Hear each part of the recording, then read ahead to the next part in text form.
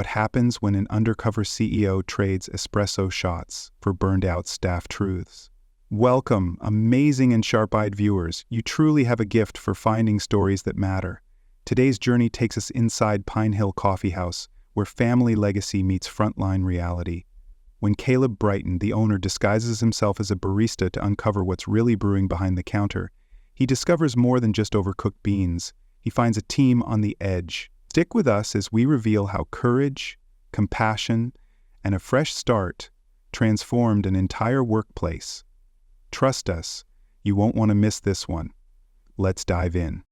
The summer sun shimmered on the ocean waves as tourists flooded the boardwalk, and Seabreeze Café buzzed with its usual lunchtime chaos. From a distance, the cafe looked like a beachside success, bustling, profitable, perfectly in tune with the season's rhythm. But Caleb Morgan, seated in his office just a few blocks inland, saw past the illusion. He stared at the latest internal reports on his screen. Sales were solid, foot traffic consistent, and costs under control. On paper, everything looked fine. But the recent spike in online reviews told a different story. Complaints about cold food, delayed service, and overworked, visibly distressed staff. Customers described exhausted baristas, snippy cashiers, and forgotten orders. And then there was the email that hit him like a punch to the gut.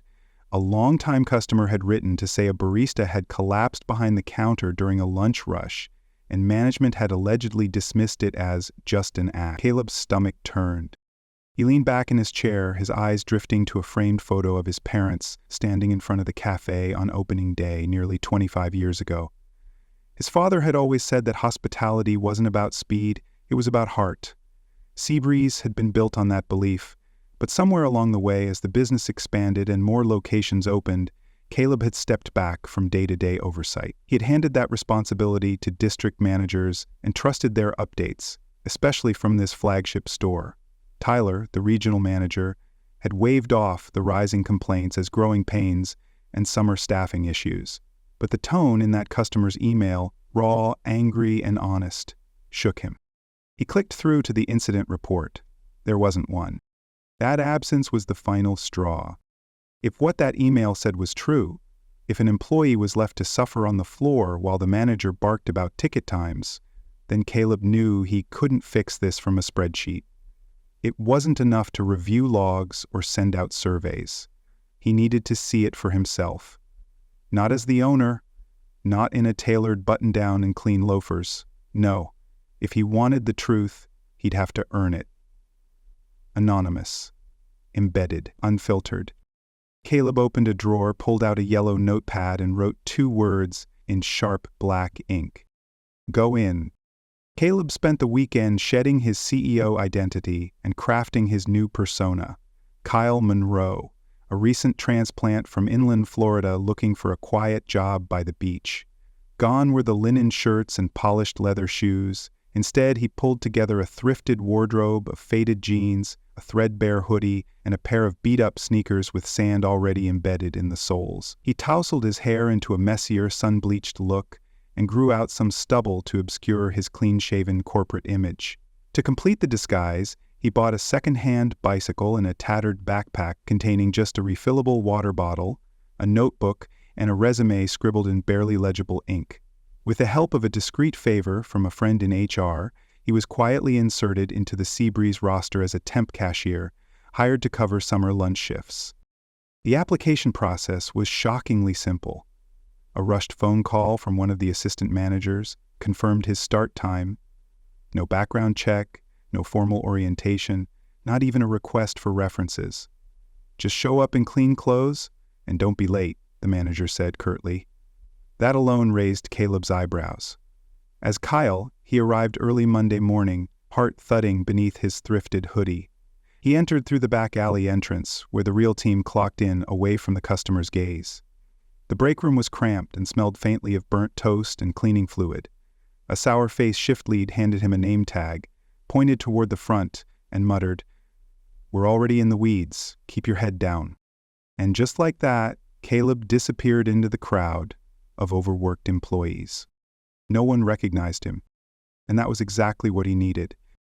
Caleb's first day at Seabreeze Café was a jarring departure from the clean reports and curated metrics he was used to reviewing in executive meetings.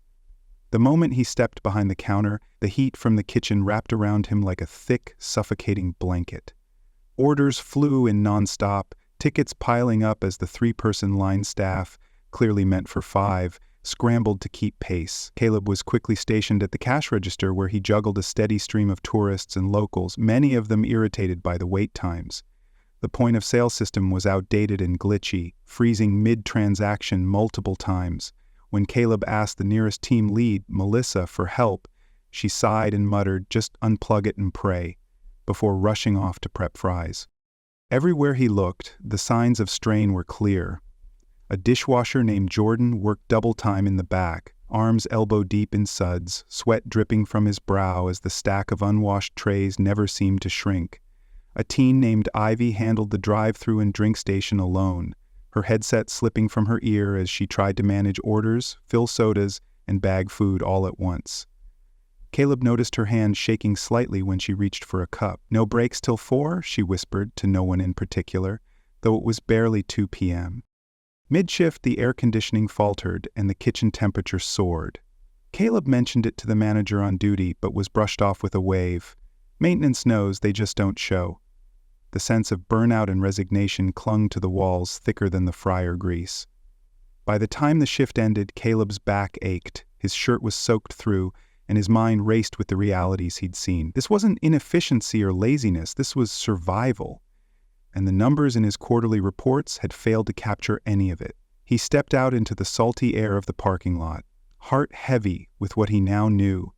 Seabreeze wasn't just unstaffed, it was unraveling. It happened just after 3 p.m., as the second wave of tourists flooded into Seabreeze Café, sunburned and hungry from a day at the beach. Caleb was behind the register, punching in yet another complicated order, when he heard a crash from the back of the kitchen, a clatter of metal trays and a shout that cut through the sizzling of fryers and the hiss of the soda machine. Heads turned. Caleb rushed toward the prep station, heart pounding, and saw Riley, the cafe's lead cook, slumped against the pantry shelves, his face ghostly pale and glistening with sweat. His knees buckled before he could catch himself, and he hit the tile floor with a sickening thud. Jordan, the dishwasher, dropped the pan in his hands and rushed over.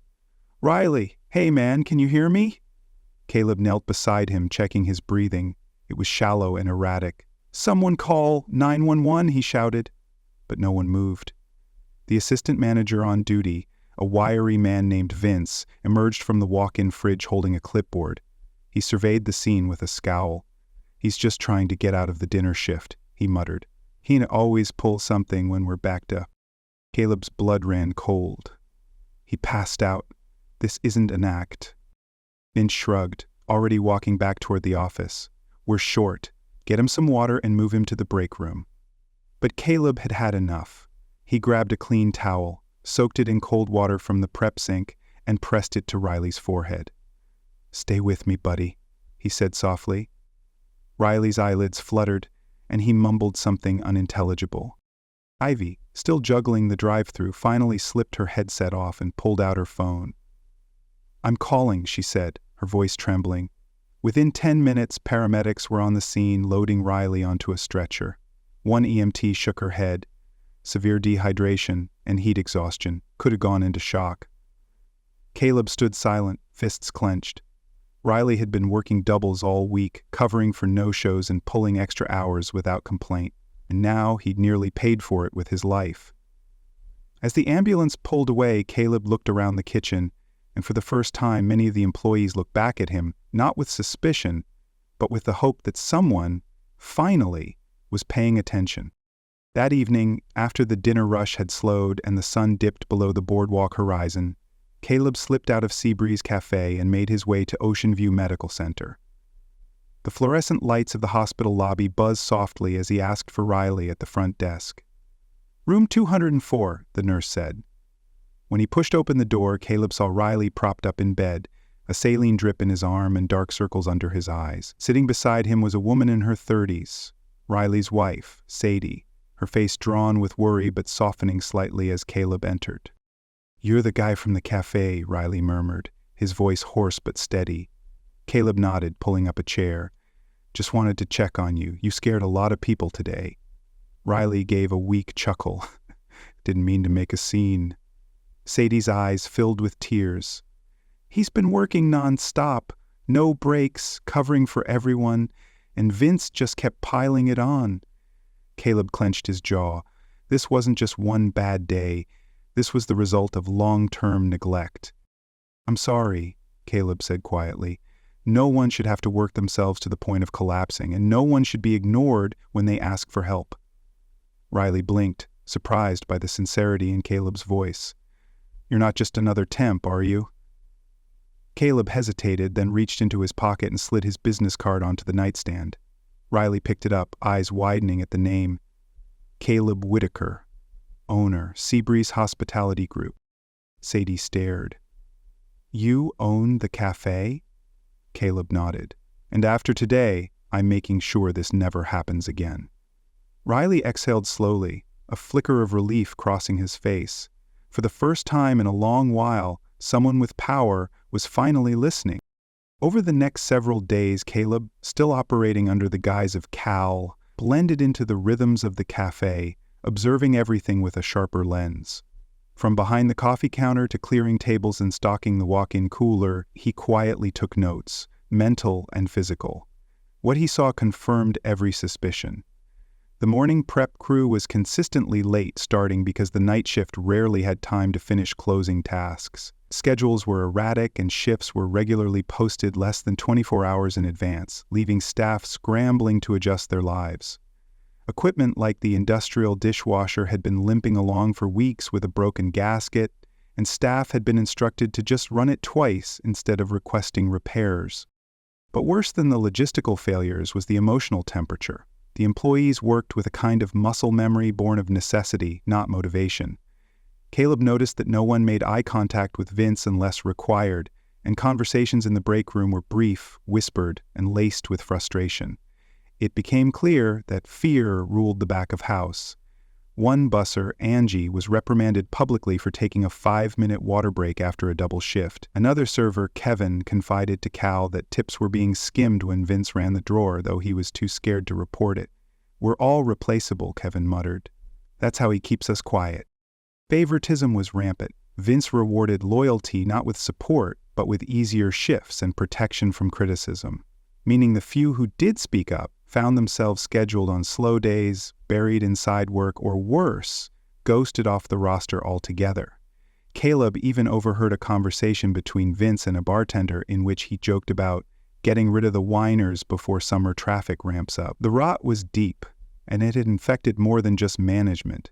It had reshaped how the staff saw themselves, not as valued employees, but as cogs in an uncaring system. Caleb wrote everything down, every unfair comment, every instance of withheld breaks, every passive-aggressive note taped to the fridge. The illusion of Seabreeze Cafe's breezy beachfront charm was built on the backs of burned-out workers. And the deeper Caleb dug, the more he realized this wasn't just about fixing broken equipment or hiring more staff. It was about dismantling a culture built on silence, fear, and survival. The breaking point came on a scorching Friday afternoon, just as the tourist rush hit its peak and the patio was filled with sunburned vacationers demanding iced drinks and complicated modifications. Caleb was restocking napkins near the front counter when he heard shouting from the kitchen. Rounding the corner, he saw Vince berating Rosa, a senior prep cook in her 50s, her hands trembling as she tried to explain why the sandwich station was running low on pre-sliced vegetables. "You had one job," Vince bellowed, slamming a metal bowl onto the prep table. "You're slowing down the entire line." Rosa, clearly flustered, apologized, her voice barely audible over the clamor of the lunch rush. But Vince didn't stop. "Maybe you're not cut out for this anymore. Maybe it's time we find someone who can keep up." The kitchen fell silent. Even the fryers seemed to hiss more softly as eyes turned toward the confrontation. Caleb stepped in, wiping his hands on his apron. "Hey, it's been nonstop all day. Rosa's doing her best. We all are." Vince turned, his face red with fury. "Stay out of this. You've been here 5 minutes and you think you know how to run a restaurant?" Caleb held his gaze. "I've worked in a few kitchens, and I know this isn't how you treat people." Vince stepped closer, his voice dropping to a growl. "You don't get to question me. You're lucky I even gave you a chance." That was it. Caleb didn't flinch. He pulled off his hat and apron, straightened up, and met Vince's glare directly. "I didn't need your chance. My name is Caleb Morrison. I own this cafe." The room froze. A drink order dinged at the barista station, but no one moved. Vince's face drained of color, his mouth opening but unable to form a response. Caleb continued, his voice now firm and unwavering. "I came here undercover because the reports didn't match the promises I made when I took over this company. And now I see why." He turned to the staff, Rosa, Kevin, Angie, and the rest, whose wide eyes flickered between shock and cautious hope. "I've seen the double shifts, the broken equipment, the retaliation. I saw Riley collapse because no one would give him a break. That ends now." Caleb's gaze returned to Vince. "You're done here, effective immediately." As Vince stammered and backed out of the kitchen, silence gave way to murmurs, then a wave of quiet relief. Caleb looked around at his staff. "Let's take 10, everyone, on the clock." This time, no one objected. The tide had turned. As the weight of his true identity settled across the kitchen like a summer storm rolling in, Caleb Morrison stood tall, his gaze moving across the stunned faces of his team, the tight-lipped baristas, the overworked kitchen crew, even the part-time servers.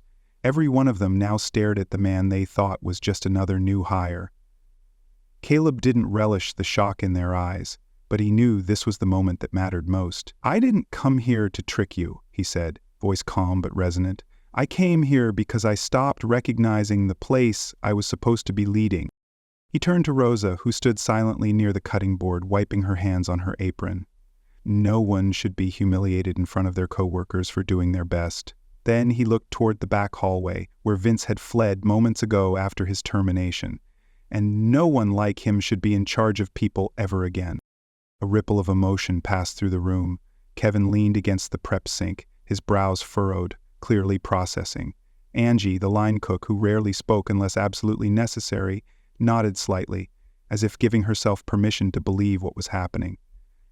Caleb continued, "I've read the reports, seen the numbers, heard the excuses. But I had to see what it felt like to stand here during a rush, to watch someone collapse from exhaustion, and to feel the weight of silence when no one spoke up. Not because you didn't care, but because you didn't feel safe." He stepped forward, placing a hand on the counter. "That's not a job. That's survival. And I promise you this, we're done with survival mode. From today forward, no more toxic management, no more retaliation, no more invisible workers holding this place together without recognition." Caleb looked around once more, seeing the guarded hope begin to take shape in the eyes that met him. "We're rebuilding this together, and it starts now." Silence hung for another breath, then Rosa whispered, "Thank you." It was the softest thing in the room, but it carried farther than Vince ever could. After the dust had settled and Vince's departure left a long-awaited silence behind, Caleb gathered the entire cafe staff in the break area. No titles, no orders, just people and space to speak. He leaned against a stool, no clipboard in hand, just a notepad and an open mind. "I came here to see the truth," he began, "but now I need to hear it from you." At first there was hesitation. Years of being dismissed had trained the team to keep complaints to themselves. But then Rosa, still flushed from earlier, spoke first. "We're always short-staffed, schedules change without notice, and if you say anything you lose hours the next week." Her voice trembled, not from fear, but from years of pent-up frustration finally given air. That opened the floodgates. Kevin admitted that kitchen equipment had been malfunctioning for months, with requests for repairs ignored. Angie described the fear of taking breaks, how just asking for 5 minutes could get you written up. Even Milo, the shy teenager working weekends, confessed that he was told not to speak up unless it was life or death. Caleb took notes throughout, nodding, asking questions when needed, never interrupting. He didn't defend or explain, just listened. He let the team vent, acknowledge each other's stories, and most importantly, feel heard for the first time in far too long. When they finished, Caleb said quietly, "Thank you. What you shared won't be buried. It's the foundation we're rebuilding from." And for the first time, silence in the cafe didn't feel heavy, it felt earned. The following morning, Caleb arrived at the cafe well before sunrise, clipboard in hand and resolved in his stride. No longer in disguise, he greeted each arriving team member by name, a gesture that drew surprised but hopeful glances. Once everyone had clocked in, he gathered them around the counter for an announcement. "We're not waiting for corporate memos or approval from above," he said. "Change starts today." First, he rolled out emergency maintenance orders. Equipment that had long been ignored, like the faulty espresso machine and the flickering backroom light, were already scheduled for repairs by a professional team. "No more working with broken tools," he told the baristas. "Your job is hard enough as it is." Next, he addressed scheduling abuse. Effective immediately, Caleb said, "No more last-minute shift cuts and no more penalizing people for asking for time off. If you need a break, take it. No judgment, no retaliation." He handed Rosa a new schedule reflecting stable hours and full weekend coverage. Her face softened, the tight line of stress around her eyes easing just a little. Then came the changes in structure. Caleb named Angie as interim shift lead, acknowledging her steady hand during chaos, and offered Kevin a new role overseeing operations and safety, empowering those who had been doing leadership work without the title or pay. He also reinstated paid meal breaks and promised to review back pay for missed time off. As Caleb stood before them, explaining each reform with clarity and care, the staff exchanged looks not of disbelief, but of cautious optimism. This wasn't just talk, things were actually shifting. For the first time in months, the team didn't brace for more pressure, they exhaled. Caleb hadn't just promised change, he'd made it real, starting right here, right now. Restoring the culture at Pinehill Coffeehouse took more than new schedules and fixed equipment. It required rebuilding trust, one moment at a time. Caleb remained a steady presence behind the counter and in the break room, not as a distant owner, but as a teammate invested in the people who powered the cafe. He introduced weekly open pour meetings, informal check-ins where staff could share concerns over pastries and coffee without fear of judgment. Rosa, once overworked and overlooked, began organizing community-themed weekends, drawing in regulars and reviving the cafe's original neighborhood charm. Kevin streamlined daily prep routines to ensure no one was left scrambling, and even longtime skeptics like Tamika, the early morning opener, began to smile more freely. Small details told the biggest story. Baristas joked again between orders, music returned to the speakers, and the dreaded mid-shift burnout turned into a manageable rhythm. New hires were greeted with mentorship, not pressure, and veteran staff took pride in showing them the ropes. The break area, once neglected and dim, was painted with bright colors and stocked with fresh snacks, signaling that rest wasn't just allowed, it was respected. By listening, responding, and showing up daily, Caleb helped guide the cafe from a place of silent survival to one of genuine connection. It didn't happen overnight, but it happened honestly, and with every shift, the culture was no longer something that eroded under stress. It became something everyone actively protected. As Caleb Brighton stood by the counter of Pinehill Coffeehouse, sipping a warm espresso while watching the team move with renewed energy and ease, he felt a quiet sense of fulfillment settle over him. Just weeks ago, this space had been defined by burnout, fear, and mismanagement, its heart buried beneath broken systems and dismissive leadership. But now, laughter mingled with the hiss of steamed milk, and the staff moved with purpose, not panic. Going undercover had been a risk, but it was the only way to see the truth, unfiltered and raw. Caleb had once believed good intentions and distance could coexist, but he now knew that leadership required presence, humility, and action. He had watched his employees suffer in silence, and it took stepping into their world to truly understand the weight they carried. The biggest lesson? Culture isn't built from policies, it's built from people. And people need to be seen, heard, and supported. Caleb's journey wasn't about one failing coffee shop, it was about rediscovering the purpose behind it all. Pinehill was never meant to be just a business. It was meant to be a community.